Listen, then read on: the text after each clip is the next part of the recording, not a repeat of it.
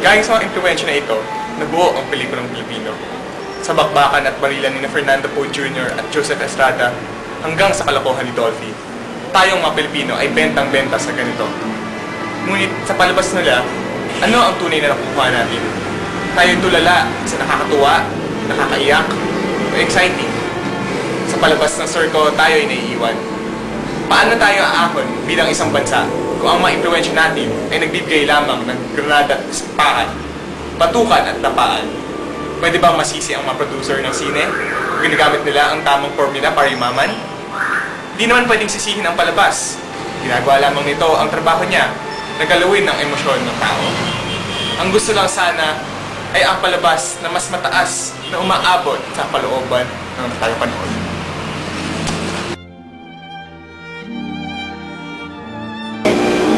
Mabuti ang inaapi. Sa panahon pa lamang ng Kastila, ay prominente na ang ganitong tema. Makikita nga ito sa mga pasyon at sinakulo kung saan ang sinasabing mabuting tao ay si Jesucristo. Siyang tila kinakapaan ng kakulangan ng kakayahang ipaglaban ng sarili o mas pinipili na lamang lumuha na lamang kaysa nakapaglaban. Noon pa may kitang-kita na rin sa mga pagtatanghal sa entablado ang mga tipikal na relasyon ng isang amo sa kanyang kasambahay na mas kilala natin bilang si Inday. Nariyan din ang malasinderelang istorya kung saan maamo, ngunit mahina at sadlak sa kahirapan ng inaapi at nasa rurok naman ng kapangyarihan ang nang-aapi. Ilan na nga bang tulo ng luha at kirot sa puso ng manonood ang naibahagi sa mga ganitong klaseng eksena?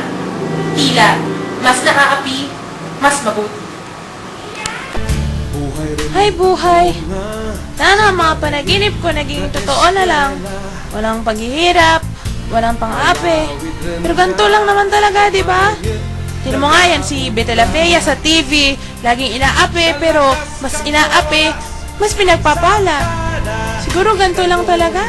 Titiisin ko na lang to. Kasi parte lang to ng buhay, di ba? Alam ko naman na matatapos rin ang lahat ng ito. Ano kaya ni Inday? Ano ba yan, Inday? Gumising ka, Inday! Gising! Gising! Naku, sorry po, ma'am. Nakatulog ako. Sorry po. Ano naman, Inday? Tawad po, napagod po. Talaga kahit kailan. Ang bobo mo. Buti na lang naging katulong ka lang. Ano? Pasensya na po talaga. Ay, Napagod naku, ako. nabili mo naman pinapabili ko. Ay, ano nga po ba na yun? Ako nakalimutan ko pala, Yung ma'am. suka, para sa ulam natin gabi. Minudo po ang ulam natin. Ba't kailangan ng suka? Eh, bakit ba gusto ko lagyan ng suka ang minudo? Ay, Bakit sige, bibili ako ng suka. Bibili Ay, ako ng naku suka. naman. Naku Yung aso naman, natin, naku, napaliguan mo na ma'am. ba? Wala tayong aso. Pusa lang. Ano mo? Kahit anong aso dyan, hanapin mo, paliguan mo. Naku, maghanap ako ng aso. Maghanap ako ng Ang aso. Inday, yung Ano ko? kote mo Ma'am kahit naman. kailan napakapurol. Inday! Ma'am. Nakakairita ka Wait! na. Wait! Huh? Wait! You know what? I've been taking this for a very long time now. And I'm so fed up. Aba? If you cannot fathom what I'm telling you, stop belittling me. You know, ma'am, I've changed. I resign. Aba? Please. P.S. Love, Inday. Ano nga ba ang kamalian sa ganitong paniniwala? Ang pagwawalang bahala at ang pagwawalang kibo sa pangaaping siyang nararanasan ng isa. Wala. Walang kamalian sa paghihirap. Gaya na rin ang kasabihang, no pain, no gain. O walang mahalagang bagay dito sa mundo na nakukuha ng walang kahirap-hirap. Ano ang mali? Ang kamalian ay ang pagpapaalipin sa pang-aapi at kahirapan dahil sa ganitong mentalidad na dinulot ng ganitong klaseng mga eksena sa mga pelikula. Ang tila isinabuhay ng mga Pilipino. Ginawa natin itong eskapo o pagtakas sa realidad. Pagtakas sa problema sa halip na ito'y solusyonan. Iniintay na lamang nating maglaho na parang bula. Tanggap tayo ng tanggap sa mga bagay na ibinabato sa atin ng mundo nang hindi man lamang tayo nagtatanong. Bakit patuloy na tumataas ang presyo ng mga bilihin? Bakit bumaba ang estado ng ekonomiya? Bakit sira-sira ang ating mga damit? At bakit lagi tayong may sakit? Ang paghihirap ay naging isang natural na estado ng tipikal na Pilipino. Itong pag-iisip na pag nahihirapan, mas lalong binibiyayaan. Kaya bakit ito mawakasan? Ito ang pinakamalinaw na pagkalasa ng isipan ng mga Pilipino. Ito ang kailangan sirain kung nais natin tayo ay umunlad. Ito, sa pinakamahalagang punto, ang papatay at magnanakaw sa dignidad ng bawat Pilipino bilang tao. Kung mapapansin nyo, sa pelikulang Pilipino, bihirang-bihira ang palabas na walang happy ending. Kung papansinin natin, halos lahat ng pelikula natin ay natatapos ng masaya. Yan ang ika-4 na val. Maganda pa ang daigdig o all is right with the world.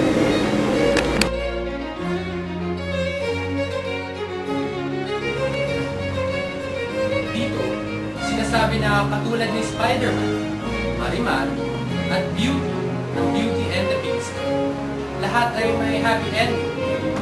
Sinasabi na ang ganitong paniniwala ay inihahambing sa pagkamatay at muling pagkabuhay ni Kristo ay pinakilala sa atin ng mga Espanyol.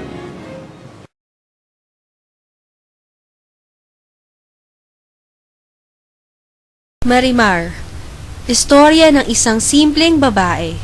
Nagmula sa isang mahirap na pamilya, ngunit nangarap, umibig, at nagtagumpay. Anak ko, sa'yo yung fountain. Lahat ito, sa'yo to. Oh, okay yun, Dad. Laki ng muscles ko. Teka lang ha. Marimar! Marimar! Bakit po, sir? Kita mo yung field? Opo. Linisin mo!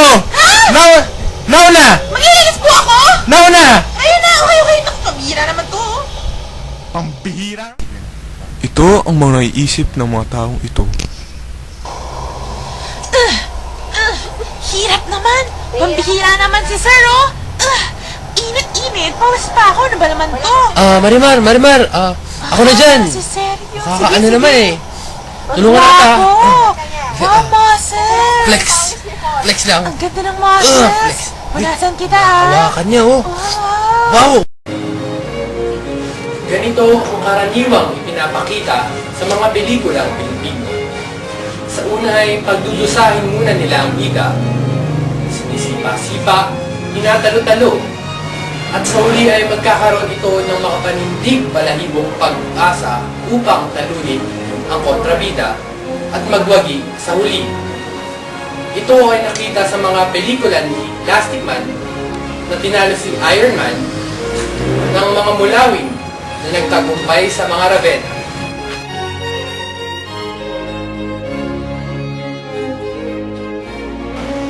Tayo kasing mga Pilipino, mahilig sa happy ending. Ayaw kasi natin na nasasaktan, tatapakan. Pero kung titingnan natin, ito rin ay isa sa mga magagandang katangian nating mga Pilipino. Sapagkat tinitingnan natin ang mundo sa isang mabuting paraan at nagpapahiwati kahit mayroon tayong mga problema, masaya pa rin tayo. Kahirapan ang pinakamabigat na problema ang pinapasan ng mga Pilipino noon. Ito ang problema hindi matakas-takasan ni Juan. Ang liberalisasyon sa kahirapan ay posibleng makamtan nating mga Pilipino kung bubuksan lang natin ang ating mga matang nagbubulag-bulagan sa realidad ng buhay at makapagpasyang baguhin ang lugmok nating sitwasyon.